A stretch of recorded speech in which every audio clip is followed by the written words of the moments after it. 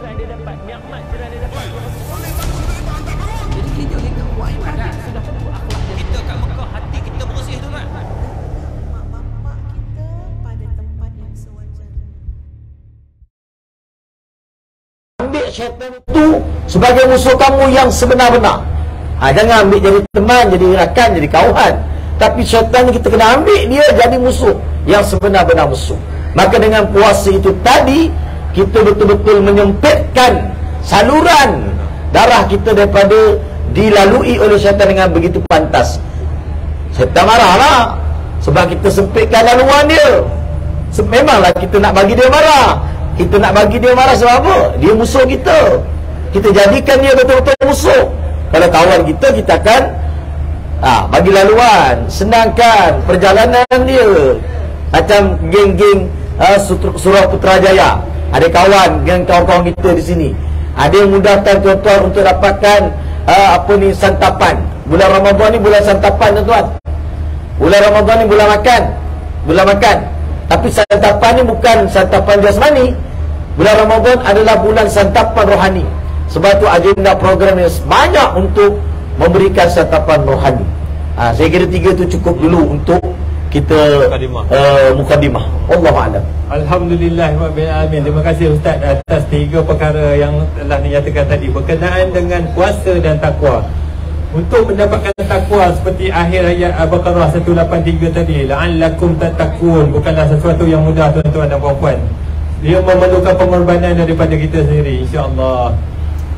Okey, terima kasih kepada semua juga yang masih sedia di atas padang ni walaupun hujan rintik-rintik. Hari ini insya-Allah seperti semalam kami akan menyediakan minuman percuma. Semalam air jagung, hari ini rasanya macam air laici istimewa insya-Allah. Tapi semua kena cepatlah sebab semalam dalam masa kurang 5 minit 2 balang habis semalam air jagung. Kami akan beri minuman ini secara percuma dan ada inilah sedikit tabung infak, bolehlah infak sikit-sikit. Dekat sini pun kita ada jual kopiah istimewa GSP. Ada 2 version, satu logo dan satu edisi pejuang insya-Allah. Okey, berbalik kepada Ustaz, di dalam tadi surah Al-Baqarah ayat 183. Kita pergi ke ayat 185 pula, di mana tentang apabila Ramadan ni dia berkaitan dengan Al-Quran. Ayat 185, Bismillahirrahmanirrahim. Syahrul Ramadan allazi unzila fil Quran hudan linnas wa bayyinatin minal huda wal furqan. Maksudnya masa yang diwajibkan kamu berpuasa ialah bulan Ramadan yang padanya diturunkan Al-Quran menjadi petunjuk bagi sekalian manusia dan menjadi keterangan-keterangan yang menjelaskan petunjuk perbezaan antara yang benar dan yang salah itu. Boleh tak Ustaz berikan cadangan dan cara untuk kita mengambil kesempatan Ustaz di bulan mulia ini untuk memupuk diri kita bagaimana untuk supaya kita rapat dengan Quran. Maksudnya kalau bulan-bulan lain tu kita macam jauh dari Al-Quran, ini apabila tibanya bulan Ramadan ni kita macam roh Al-Quran tu dekat dengan kita. Baik, sila Ustaz, tafadhal. Tuan moderator dan semua yang hadir pada hari ini, alhamdulillah. Pertama sekali bila kita sebut tentang Al-Quran yang diturunkan pada bulan Ramadan, kita lihat bulan Ramadan ini menjadi bulan yang paling mulia, bulan yang paling hebat, bulan yang disebut sebagai penghulu segala bulan.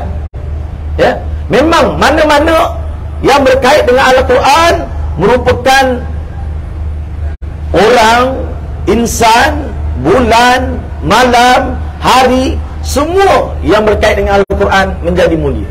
Termasuk kita sendiri, iaitu umat Nabi Muhammad sallallahu alaihi wasallam. Kita tengok Nabi Muhammad sallallahu alaihi wasallam menjadi rasul dan penghulu segala rasul dan nabi. Kerana apa? Al-Quran diwahyukan pada Nabi Muhammad sallallahu alaihi wasallam. Jibril yang bawa Al-Quran menjadi malaikat yang paling mulia, penghulu segala malaikat, iaitu Jibril alaihissalam. Sebab apa? Sebab dia bawa Al-Quran itu turun pada Nabi Muhammad sallallahu alaihi wasallam. Kalau kita tengok bulan yang diturunkan Al-Quran di dalamnya, yang disebutkan dalam ayat 185 suratul Baqarah tadi, menunjukkan bulan Ramadan diturunkan Al-Quran di dalamnya. Bulan Ramadan menjadi bulan yang paling mulia, bulan diturunkan Al-Quran. Kerana diturunkan Al-Quran itu, bulan itu menjadi bulan yang paling mulia. Malam. Sejak lagi malam, sabar. Sejak lagi malam. Kalau kita tengok 7 malam dah ni, hampir 2 minit lagi. 2 minit lagi 7 malam. Malam menjadi malam yang paling mulia kerana malam itu diturunkan Al-Quran di dalamnya, iaitu malam Al-Qadar. Inna anzalnahu fi lailatul qadr. Sesungguhnya kami menurunkan Al-Quran pada malam Al-Qadar. Malam itu menjadi malam yang paling mulia, paling barakah, paling berkat, kerana Al-Quran diturunkan pada malam itu. Dan umat Nabi Muhammad SAW yang dicemburui oleh umat terdahulu menjadi umat paling mulia. Kerana apa? Kerana umat ini diberikan Al-Quran kepadanya. Hudan linnas, petunjuk bagi manusia. Manusia yang dapat itu adalah umat Nabi Muhammad SAW. Umat Muhammad menjadi umat yang paling mulia sekali. Sebab tu kalau kita tak boleh nak pupuk diri kita untuk dekat dengan Al-Quran, kita betul-betul rugi. Sebab kita tak sedar diri yang kata. Kita tak tahu untung diri. Kita tak tahu untung diri kita. Kita ni umat yang terbaik, umat yang hebat. Umur pendek 60-70 tahun, tapi amalan berlipat kali ganda dan dimasukkan ke dalam surga, dibebaskan daripada api neraka. Kalau beribadat malam Al-Qadar, Allah ampunkan dosa, Allah Ta'ala lipat gandakan amalan itu seperti 1000 bulan. Ini yang diperolehi oleh umat Nabi Muhammad SAW. Sekarang balik pada soalan tadi. Bagaimana tips kita nak dekatkan diri pada Al-Quran? Pertama sekali tuan-tuan yang dirahmati Allah, nak dekatkan diri kita dengan Al-Quran, kita kena luruskan niat kita. Kita kena betulkan niat kita. Kita kena tahu Al-Quran itu dalam hidup kita ni apa. Apa pentingnya Al-Quran dalam hidup kita, tuan-tuan? Sebagaimana saya sebut tadi dalam muqaddimah, di bulan ini, bulan Ramadan, ada orang kata bulan Ramadan bulan berkat, bulan kesabaran, bulan keampunan. Pelbagai bulan disebut, bulan ibadah, bulan puasa, bulan itu, bulan ni, bulan itu, bulan ini. Tapi kita lupa bulan Ramadan, bulan makan, bulan santapan. Tetapi kita kena ingat, santapan kita bukan hanya untuk jasmani, kerana kita ada dua keperluan, jasmani dan rohani. Maka bulan makan yang dimaksudkan oleh saya, bulan santapan yang dimaksudkan oleh saya, ialah bulan santapan rohani, iaitu Al-Quran. Kita tengok tubuh kita dari tanah. Kita semua hari ini duduk di tanah, betul? Kita akan kembali ke tanah, kita akan masuk ke dalam tanah. Dari tanah kita asal, jadi kejadian kita, jasad kita kembali ke tanah. Makanan yang kita makan yang terhidang, juadah berbuka puasa hari ini pun bersumber daripada tanah. Tetapi roh bukan datang dari tanah. Roh bukan diciptakan oleh Allah daripada tanah, dia daripada atas. Apabila berpisah jasad dengan roh, jasad ke tanah, roh naik ke atas, maka roh datang daripada atas. Maka makanannya pun datang daripada atas. Apa yang datang daripada atas itu tidak lain tidak bukan Al-Quran. Sebab itu disebutkan inna hadzal Quran ma'dubatullah. Sesungguhnya Al-Quran hidangan daripada Allah SWT. Maka luruskan niat kita untuk makan dan santap Al-Quran yang dihidangkan oleh Allah Ta'ala. Cuma nak tanya, kalau makanan sedap hari ni, juadah buka puasa hari ni, petak kita pahit, habis demam, petak kita pahit. Makanan yang terhidang ni, kita rasa sedap ke tak sedap? Tak sedap. Sebab apa? Petak kita pahit, demam. Begitulah dengan Al-Quran. Tempat menerima rasa sedap tu di hati kita ni. Kalau hati kita baik, hati kita sihat, insya-Allah makanan yang enak, santapan tazkirahnya, santapan qiyamul lailnya, tarawihnya, baca Al-Qurannya, tadarusnya dan sebagainya, sedekahnya, semua ini kita akan rasa nikmat dan sedap kerana hati kita sihat, hati kita tidak sakit. Baik, jadi tuan-tuan, itu pertama, luruskan niat. Yang kedua, atur jadual untuk kita baca Al-Quran. 24 jam tuan-tuan, Allah turunkan rahmat dia 1000. Banyak, 1000. Tapi 999 rahmat Allah turunkan pada orang yang menuntut ilmu. Macam hari ni, macam petang ni, kita semua duduk santai-santai sambil-sambil kita nak berbuka, kita dengar tazkirah rohani, kita dengar santapan rohani, kita duduk dalam majlis ilmu. Rahmat Allah turun daripada 1000 tadi, 999 Nabi kata diturunkan pada orang yang menuntut ilmu. Ada lagi baki satu, jangan takut, ada lagi baki satu dikongsikan pada selainnya, selain daripada orang yang menuntut ilmu. Jadi atur jadual kita untuk dekat dengan Al-Quran, walaupun tuan-tuan tak boleh baca Al-Quran. Kena ambil Al-Quran tu, kena tengok, kena renung, kena fikir, ya Allah, punyalah lama kau bagi aku umur, tapi aku tak boleh baca kalammu ya Allah. Peluklah tuan-tuan, menangislah tuan-tuan, mengenangkan kita tak dapat membaca kalam Allah dalam hidup kita. Itu baru boleh dekat diri dengan Al-Quran. Yang ketiga, kena berkawan dengan JSP, geng Surau Putrajaya. Kena kawan dengan orang-orang yang panggil ahli Al-Quran. Kena rapat dengan orang-orang yang suka dengan Al-Quran. Baru sentuhan kita tu dapat dekat dengan Al-Quran. Jauh kita dengan penjual minyak wangi, bau kita tak ada wangi. Tapi dekat kita dengan penjual minyak wangi, wangi tu ada kat kita. Kawan dengan orang-orang yang suka isap rokok, bagi kita pun berubah. Sebab apa? Dia punya api rokok tu kena kat baju kita, padahal kita tak merokok. Contoh, kawan dengan orang jual minyak wangi, wangi tu kena kat kita. Kawan dengan ahli Quran, kita tuan-tuan akan dapat wangi Al-Quran itu, hebat Al-Quran itu kepada kita. Baik tuan-tuan, saya sambung lagi insya-Allah untuk rawat seterusnya. Kalau ada soalan, kalau tak ada soalan, kita buka puasa dah tuan. Terima kasih Ustaz. Assalamualaikum warahmatullahi wabarakatuh. Ustaz, bila Ustaz ada apa nama rumah infak apa semua, sekarang kita lancarkan tabung infak kita, sebab kita sediakan air, kita sediakan air percuma daripada geng Surau Putrajaya, dan kita lancarkan tabung untuk sama-sama mereka-mereka lain yang dapat menyumbang untuk kita dapatkan air percuma, insyaAllah. Tuan-tuan boleh, siapa-siapa yang berminat untuk ambil air istimewa ni boleh. Percuma air percuma di sebelah kanan kami ni, boleh ambil insya-Allah.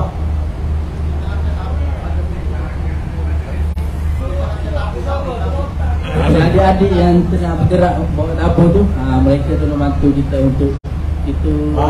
Boleh infak insya-Allah. Ada tu dapur-dapur tu dapur bergerak insya-Allah. Boleh sama-sama menyumbang, bersedekah di bulan Ramadan, insya-Allah Allah gantikan dengan pahala yang berlipat-lipat kali ganda. Di mana amalan-amalan sunat pun Allah gandakan sebagai fardu. Ini kan mula amalan-amalan fardu, Allah lipat gandakan sebanyak 70 kali insya-Allah. Okey, di sini boleh ambil air insya-Allah, dan tuan dan puan sekalian. Air istimewa petang ni, walaupun cuaca tidak mengizinkan, tapi insya-Allah. Okey Ustaz, kita balik pada soalan Ustaz, insya-Allah. Silakan ambil.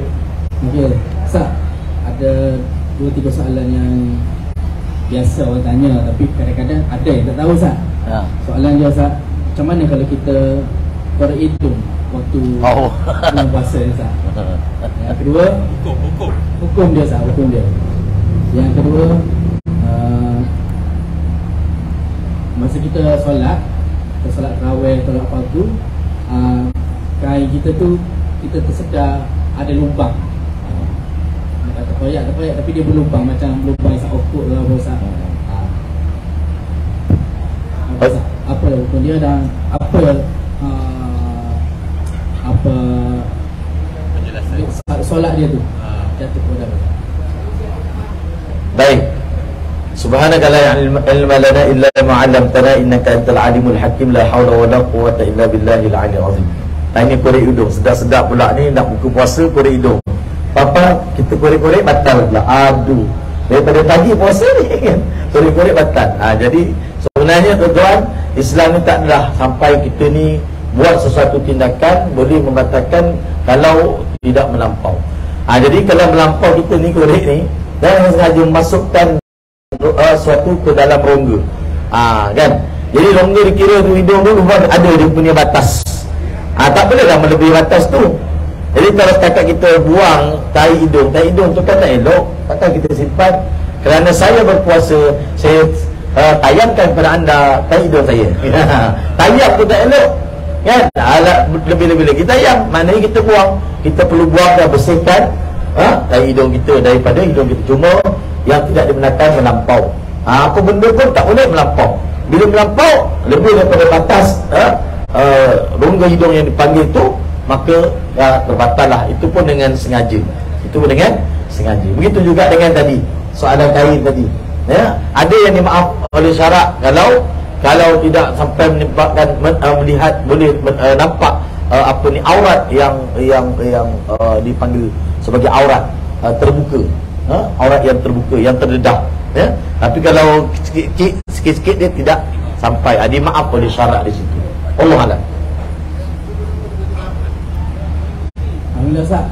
Satu lagi Ustaz, kita nak maklum sekali lagi Ustaz, kita ada jualan amal, jualan kopiah di Surau Putrajaya. Kopiah dan minyak wangi Ultrahat minyak wangi Ultrahat. Boleh dapatkan di sebelah kanan kami ni. InsyaAllah setelah ambil air tu, air percuma, boleh singgah ke gerai. Ada jual sedikit. Kos ini tuan-tuan dan puan-puan sekalian adalah untuk menampung kita punya program. Sepanjang Ramadan ni kita buat berbagai program, bukan sahaja di sini tetapi di seluruh Putrajaya insyaAllah. Sekiranya kalau tuan-tuan membantu sedikit sebanyak ni, insyaAllah Allah mudah-mudahan Allah bukakan murahkan rezeki tuan-tuan dan puan-puan insyaAllah. Ada soalan lagi sikit je lagi sebelum kita buka masa dalam 10 minit insyaAllah. Ustaz, itu malam Ustaz.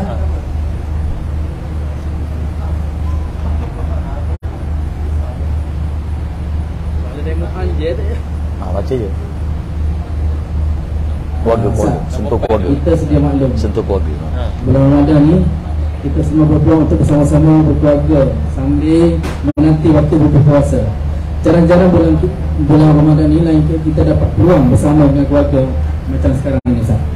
Jadi bagaimana Ustaz, di kala Ramadan ini kita mahu mentadbir keluarga kita, anak isteri kita, supaya masuk roh Ramadan untuk hari konsep keluarga. Macam mana Ustaz? Bila Ustaz berkaitan insya-Allah. Baik, terima kasih moderator. Allah Subhanahu wa taala berfirman, ya ayyuhallazina amanu qu anfusakum wa ahlikum nara. Wahai orang-orang yang beriman, jagalah, peliharalah diri kamu dan ahli keluarga kamu daripada azab api neraka. Ini perintah Allah pada orang beriman. Jadi tak ada seorang pun daripada kalangan ahli keluarga kita sanggup melihat ahli keluarganya yang lain dilumban masuk ke dalam api neraka. Tuan-tuan nak tahu tak? Petang ni saya nak bagi tahu tuan-tuan, apa rahsia orang boleh masuk dalam surga ramai-ramai, satu keluarga masuk surga. Apa tips dan rahsia yang menyebabkan seseorang itu masuk surga ni bersama-sama satu keluarga? Lalu Al-Quran mengisahkan kisah ini. Rupanya tuan-tuan, bila ditanya kenapa kamu dulu dalam dunia ni, apa yang kamu buat sampai kamu boleh masuk surga sekarang ini bersama-sama, Al-Quran rakamkan kisah ini. Lalu mereka jawab, semasa kami di dunia dulu, kami saling mengingatkan tentang neraka Allah Subhanahu wa taala. Kami ingatkan salah seorang daripada kalangan kami, ahli keluarga kami ni, tentang neraka Allah Subhanahu wa taala. Dan bulan Ramadan ini bulan yang istimewa. Allah buka segala pintu kebaikan, makna pintu surga dibuka, segala pintu kejahatan ditutup, yakni pintu neraka. Syaitan dibelenggu. Maka kita mengambil kesempatan di bulan tarbiyah ini untuk kita tarbiyah ahli keluarga kita. So soalannya, macam mana nak tarbiyah, nak didik? Baik, mudah saja. Acara dan program yang ada dalam bulan Ramadan, macam sekarang ini kita berbuka puasa bersama ahli keluarga, dia akan dapat memupuk diri kita untuk sama-sama duduk. Sebab bukan senang nak jumpa ahli keluarga, nak bersama-sama dengan ahli keluarga. Bulan lain tak dapat Ustaz. Bulan lain tak dapat santai-santai macam ni. Semuanya nak sibuk. Semua busy sibuk dengan apa yang kita cari, kan? kesempatan di bulan Ramadan kita dapat buka bersama, lalu kita kenal ahli keluarga kita. Cuma nak ingatkan, janganlah ambil kesempatan hanya berborak, sebab masa berborak panjang. Ada masa-masa emas, masa-masa waktu yang penting, seperti hampir dekat dengan berbuka puasa, 15 minit, 10 minit sebelum buka puasa. Apa salahnya kita berikan tumpuan kepada semua ahli keluarga kita untuk sama-sama berdoa kepada Allah Subhanahu Wa Taala, kerana waktu itu doa mustajab. Baru kita kenal, oh rupanya Adam pandai doa, doa makan, kan? Oh rupanya ayah pandai doa, doa apa? Doa mandi hadas. Kalau abah tak tahu doa mandi hadas, macam mana pula dah, kan? Maknanya tuan-tuan, kita baru tahu, kan? Waktu tu kita boleh berinteraksi dengan baik. Waktu ni waktu yang sangat istimewa. Allah anugerahkan bulan Ramadan, kita dapat didik ahli keluarga kita untuk menyebut kalimah-kalimah Allah, zikir-zikir, doa-doa yang maksur daripada Rasulullah SAW. Dan yang keduanya, kita amalkan sahur bersama. Waktu yang barakah, tasahharu kata Nabi, fa inna fis sahur barakah. Bersahurlah kamu, kerana pada sahur itu ada keberkatan. Jadi kita ambil waktu yang berkat itu untuk kita ajak ahli keluarga kita bangun, walaupun 2 rakaat solat sunat. Sebab tu antara kerugian orang yang bangun sahur, dia dapat bangun sahur tetapi tak dapat melaksanakan ibadah solat sunat walaupun hanya 2 rakaat. Sedangkan bulan Ramadan, 3 perkara yang kita jangan tinggal. Pertama, solat kita kena perbanyakkan, tambahkan. Yang kedua, bulan Ramadan kita jangan tinggal apa dia? Dalam bulan Ramadan jangan tinggalkan Al-Quran. Baca, tadabbur, renung ayat-ayat Allah ini dalam kehidupan kita. Yang ketiga, jangan tinggal bulan Ramadan bersedekah. Macam disebut tadi, geng Surau Putrajaya melancarkan tabung infak, tabung derma yang sedang berjalan. Tuan-tuan, dengan sumbangan tuan-tuan walaupun hanya RM10, tak menyebabkan kita jadi fakir miskin. Apabila kita bersedekah, kita merasakan kepayahan dan kesukaran orang lain, bagaimana nak menjalani kehidupan. Kerja-kerja dakwah yang begitu sulit dan sukar dilalui oleh pendakwah-pendakwah kita, bila kita sumbangkan, dapat melancarkan kerja dakwah, mengedarkan bubur lambuk, mengedarkan minuman, mengedarkan perkara-perkara risalah dakwah atau perkara-perkara kebaikan untuk umat. Ini semua sukar, tetapi dengan sumbangan kita, dia dapat melancarkan kerja-kerja dakwah. Dan apabila dakwah berjalan dengan lancar, kita pun akan lancar masuk ke syurga Allah Ta'ala. Kerana apa? Kerana huffatil jannah bil makari. Jalan ke surga itu penuh dengan cabaran dan liku-liku. Jalan ke neraka Allah penuhkan syahwat saja. Tuan-tuan, kadang-kadang kita bakhil kedekut ni sebab apa? Sebab kita telah dihasut oleh syaitan.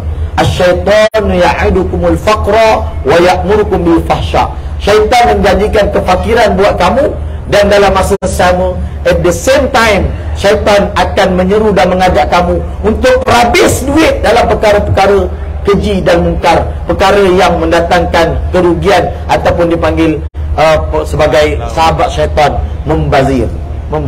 Maka infak kita lah yang sangat diperlukan untuk tabungan akhirat. Dalam konteks keluarga, kita boleh mendidik anak-anak kita balik ni, beli tabung dekat kedai RM2. Kedai RM2 tak payah mahal-mahal. Ambil satu tabung, tampal di situ tabung infak Ramadan. Sepanjang Ramadan ni, alung, angah, uduk, ucu, semua ni ada tabung. Mak, ayah ada tabung khas Ramadan. Letakkan di rumah. Ada lebihan-lebihan yang kita ada, kita masukkan, atau kita masukkan lebih dahulu sebelum yang lebih-lebih untuk kita belanjakan. Masukkan dalam tabung, istiqamahkan, didik dan tarbiyah keluarga kita untuk menyumbang untuk diri dia, untuk kehidupan dia yang kekal abadi. Masuk. Hujung Ramadan nanti, serahkan pada fakir miskin, serahkan kepada NGO yang menjalankan kerja-kerja dakwah seperti GSP. Maknanya kita telah merencanakan satu rencana untuk ahli keluarga kita dalam tarbiyah Ramadan itu sendiri.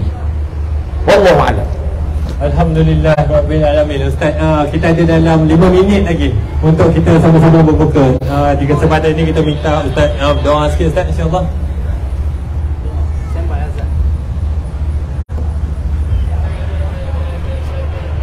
Al-Fatihah. A'udzu billahi minasy syaithanir rajim. Bismillahirrahmanirrahim. Alhamdulillahi rabbil alamin. Ar-Rahmanir Rahim. Maliki yaumiddin. Iyyaka na'budu wa iyyaka nasta'in. Ihdinas siratal mustaqim. Siratal ladzina an'amta 'alaihim ghairil maghdubi 'alaihim waladdallin.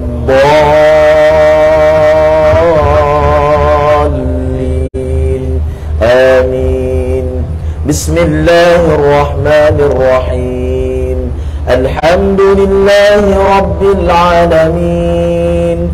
والصلاة والسلام على أشرف الأنبياء والمرسلين سيدنا محمد وعلى آله وصحبه أجمعين. أشهد أن لا إله إلا الله وأشهد أن محمدا رسول الله. اللهم إنا نسألك رضاك والجنة، نسألك رضاك والجنة، ونعوذ بك من سخطك والنار. نسألك الجنة ونعوذ بك من سخطك والنار. نسألك الجنة ونعوذ بك من سخطك والنار. اللهم إنك عفو تحب العفو فاعف عنا. اللهم إنك عفو تحب العفو فاعف عنا. اللهم إنك عفو كريم تحب العفو فاعف عنا وعن والدينا وعن جميع المسلمين والمسلمات والمؤمنين والمؤمنات الأحياء منهم والأموات برحمتك يا أرحم الراحمين. Allahumma ya Allah, ampunkanlah dosa kami ya Allah, dosa kedua ibu bapa kami ya Allah. Kasihanilah mereka ya Allah, sebagaimana mereka mengasihani kami ketika kami kecil dahulu ya Allah.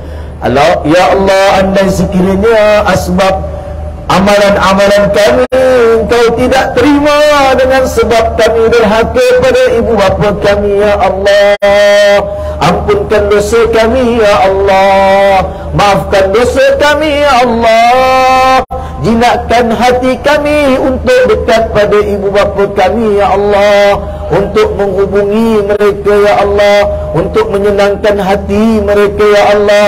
Sesungguhnya ya Allah, kami menzalimi diri kami. Sekiranya Kau tidak mengampunkan dosa kami, nescaya kami tergolong dari golongan yang rugi ya Allah. Allahumma ya Allah ya Rahman ya Rahim ya Mujibas Sa'ilin, berkatilah kami di bulan Ramadan ini ya Allah. Jadikan kami istiqamah melakukan ibadah padamu ya Allah, meluruskan hati kami padamu ya Allah, mengharapkan keridhaanmu ya Allah. Jauhkanlah kami daripada perkara-perkara yang merosakkan diri kami, merosakkan hati kami ya Allah. Dekatkan kami pada perkara yang baik ya Allah, dekatkan kami pada perkara kebaikan ya Allah. Jauhkan kami daripada fitnah ya Allah, daripada keburukan ya Allah. Berkati kami di bulan Ramadan ini ya Allah. Rezekikan kami dengan Lailatul Qadar ya Allah. Rezekikan kami dengan Lailatul Qadar ya Allah. Allahumma laka sumna wa bika amanna wa ala rizqika aftarna bi rahmatika ya arhamar rahimin.